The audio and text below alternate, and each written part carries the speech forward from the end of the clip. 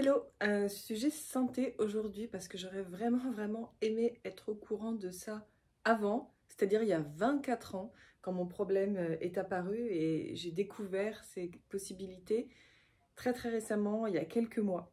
Donc peut-être que ça peut vous être utile aussi, que ça peut être utile à des personnes de votre entourage. Quand j'avais 15 ans, donc il y a 24 ans, j'ai commencé à avoir des douleurs au niveau des cervicales, du haut du dos et puis ça montait dans la tête. La première fois que ça m'est arrivé, mon père avait un rendez-vous prévu chez le kinésithérapeute et il m'a proposé de prendre ce rendez-vous, j'y suis allée. Et en fait, elle m'a allongée sur la table, sur le dos, elle s'est mise derrière ma tête, elle a pris ma tête et elle a fait crac, je ne sais combien de fois, vraiment de nombreuses fois. À l'époque, vraiment, on demandait pas l'avis du patient, de la patiente, on n'expliquait pas grand-chose.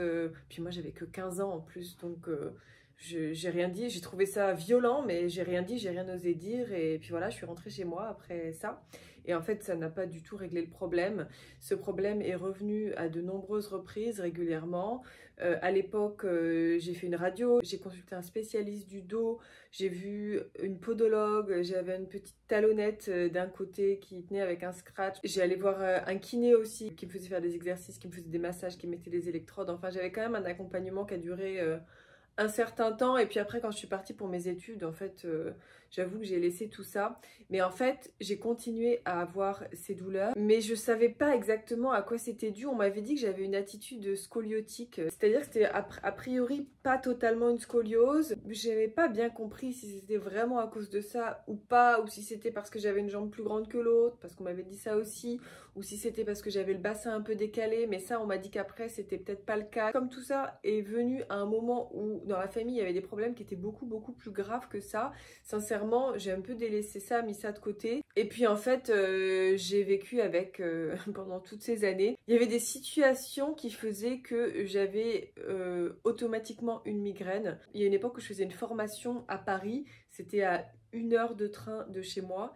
Et en fait, systématiquement, quand je rentrais de Paris, j'avais une migraine. Si j'avais une tension, si j'étais stressée, ça pouvait être aussi hormonal, mais en fait, j'arrivais pas à vraiment identifier la cause. Et puis là, ces dernières années, ça s'est quand même vraiment beaucoup intensifié. J'en avais vraiment souvent. Et en fait, j'ai essayé de comprendre ce que j'avais durant les dernières années. J'en ai parlé en thérapie parce que je me suis dit, si ça se trouve, c'est psychologique. Je comprends pas pourquoi j'ai ça qui revient sans arrêt. Pour les gens qui connaissent, j'ai essayé de faire de la libre association à ce sujet-là, mais en fait... ça n'a rien changé aux douleurs que j'avais. J'avais l'impression que c'était peut-être lié à l'endroit dans lequel je vivais, donc j'ai essayé de faire un peu de nettoyage énergétique. Je voyais une acupunctrice pour d'autres choses, donc je lui en avais parlé. Elle a essayé également de m'aider à ce sujet. J'avais déjà vu une kiné au moment où j'étais en crise. Et elle m'a dit, mais vous êtes totalement tendu, il y a des tensions partout, donc elle a essayé de me masser pour aider. J'ai acheté un tapis Le Chant des Fleurs, j'en parle dans une des vidéos, donc c'est vrai que ça m'a aidé à en avoir moins, mais ça n'empêchait quand même pas aux tensions de revenir. Malheureusement, ça n'empêchait pas non plus aux migraines de venir par moment. Comme j'ai fait un burn-out aussi, j'ai pris des compléments alimentaires, j'ai adapté mon régime alimentaire, mon mode de vie, etc. pour essayer de me sortir du burn-out. Et donc, les douleurs pouvaient être associées à ça. Donc, ça s'est un petit peu calmé avec tout ça, mais c'était quand même toujours là, malheureusement. Et c'est compliqué parce que quand on a envie de programmer quelque chose, ben on ne sait jamais dans quel état on va être. Est-ce qu'on va avoir une migraine ou pas? Est-ce que le fait de faire telle activité ou de manquer un petit peu de sommeil, ça va créer une migraine? Dans mon cas, c'est devenu un petit peu anxiogène. J'avais vraiment peur que ça m'arrive. Surtout que quand ça m'arrive, c'est vrai que j'ai pas vraiment expliqué, mais en fait, ça dure... 24 heures. Avec le temps, ces dernières années, ça durait plus longtemps parce que ce sont des douleurs qui sont latérales et puis le lendemain, ben, j'ai la même chose mais de l'autre côté. C'est déjà arrivé que ça dure 5 jours.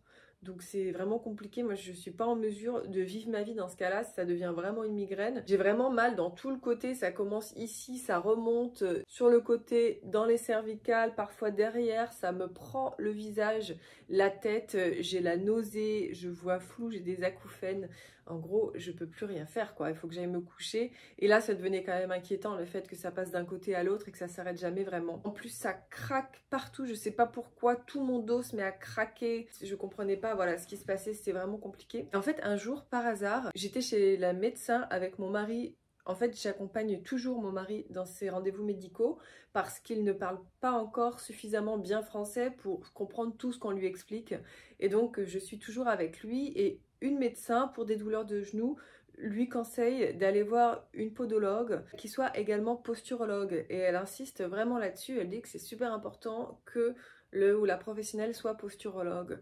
On trouve quelqu'un pas trop loin de chez nous, on y va ensemble. Pendant la consultation, je vois ce qu'elle fait, je vois qu'elle examine toute sa posture, qu'elle voit comment il marche, comment il fonctionne allongé, au niveau des pieds, comment le poids du corps est positionné exactement. Il y a une imagerie, le dessin du corps, de sa posture et exactement les écarts qu'il y a entre tel et tel endroit, les déséquilibres. Et en fait, pendant la consultation, je me suis dit, mais c'est ça qu'il faut que je fasse. Mais je ne savais pas que ça existait en fait. Moi, quand j'ai vu une podologue, c'était vraiment juste pour faire une petite talonnette et c'est tout. Et probablement, elle n'était pas posturologue, mais on parle de quelque chose qui s'est passé il y a 24 ans. Je lui explique les problèmes que j'ai, les douleurs que j'ai. Je lui demande si ça pourrait être intéressant que je vienne. Elle me dit oui. Et je pourrais vous dire si vos douleurs viennent de votre posture ou de vos dents ou de vos yeux. Ok, donc je prends rendez-vous et j'y vais. Juste en touchant certaines parties de mon corps, elle me dit il faut que vous voyiez un ou une ostéopathe parce que là, il y a plein de choses qui ne sont pas du tout alignées. Et sur l'imagerie, en voyant le compte rendu, en fait c'est vraiment flagrant, c'est-à-dire que j'ai un côté où le bras il est très près de mon corps et de l'autre côté où il y a un écart, donc c'était un écart de 11 mm entre ce qui se passait d'un côté et ce qui se passait de l'autre.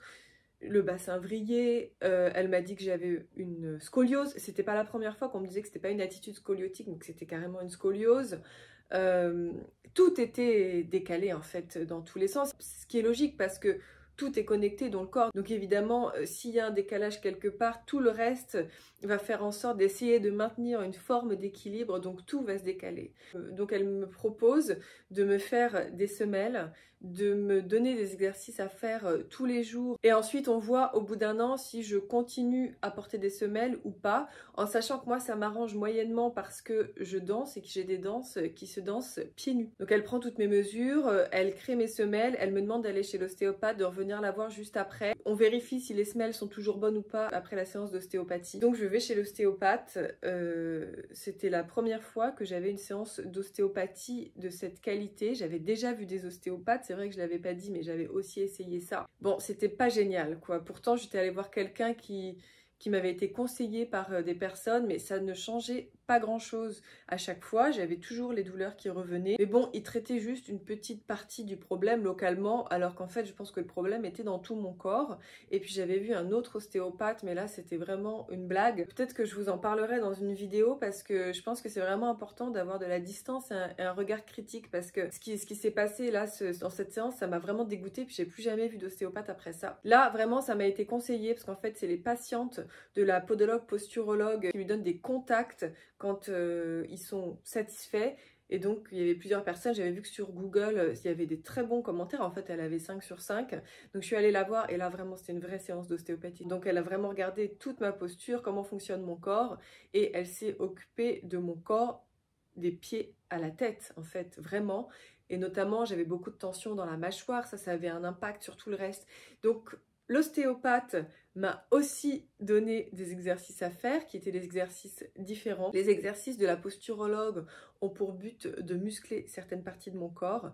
Les exercices de l'ostéopathe avaient pour but de détendre et d'étirer certaines parties de mon corps.